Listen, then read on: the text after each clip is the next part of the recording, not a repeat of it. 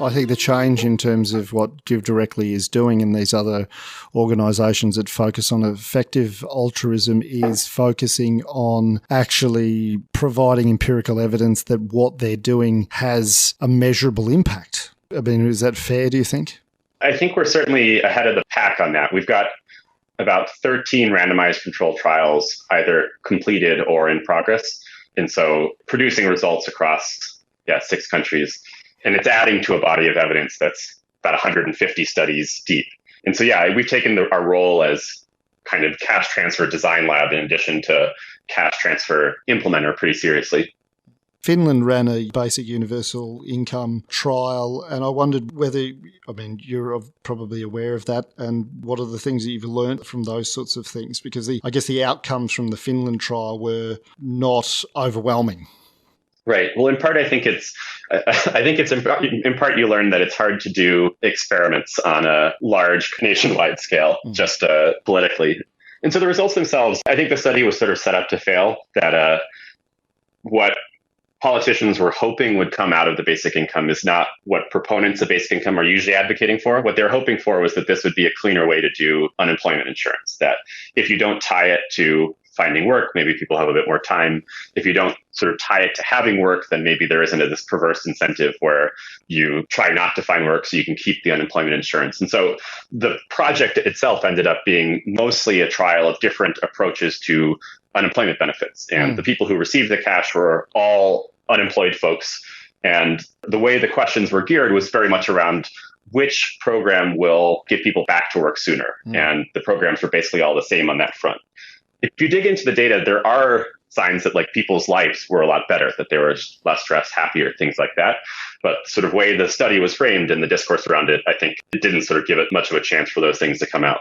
Well, I think possibly, the studies that Give Directly seem to be running, they tend to be randomised, but obviously focusing on the lowest tier of unemployment benefits, which is what they were providing to people. So it's really the lowest level of wage you could possibly provide, and they provided to about 2,000 people. There was an increase in well-being, I think, on self-reports and trust, but there was a focus not on really around getting people back into the labour market, essentially. Right. So I think that was probably the big distinction of the greatest issues. But it does make me think, I know that people like, diverse number of people from Bertrand Russell and Thomas Paine and Dr. Martin Luther King and surprisingly even President Richard Nixon were all supporters and promoted UBI. In fact, Nixon actually tried to instigate a program like that, but was defeated by the Democrats, I think, because it was not considered to be generous enough. I wondered whether you felt like this was something that could work in any situation and context or in socioeconomic strata, or whether it only has applications in really specific areas and populations. I think there's an aspect of cash that's very generalizable. The specific implementation or the specific effects you see, I think, will vary a lot by context. But an aspect that's very generalizable is if you have a certain budget that you've set aside because you want to help poor people in your society or in your world, a good starting question is, can I do more good figuring out how to spend that budget, thinking about programs, being clever, talking to experts? Then you could by just giving the money and letting the people I'm trying to help spend the budget. And I think that core question is very generalizable, that if you think about developed world social policy, in the US at least, we have a sort of welfare system that has both a lot of gaps, a lot of hoops to jump through, and a lot of non-cash support. Our sort of main welfare program actually gets granted down to states, and they can decide how to spend it on a whole host of things.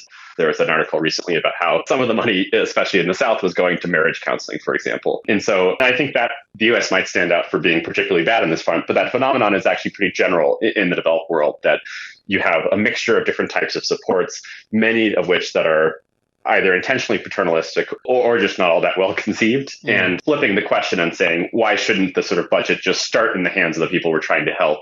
And then maybe you would justify deviations from that. Well, it's actually very important to have a health system or something like that. Or, we need to have something around mental health. You can sort of start working backwards from that versus starting with this, small portion going as direct unconditional cash to the people you're trying to help.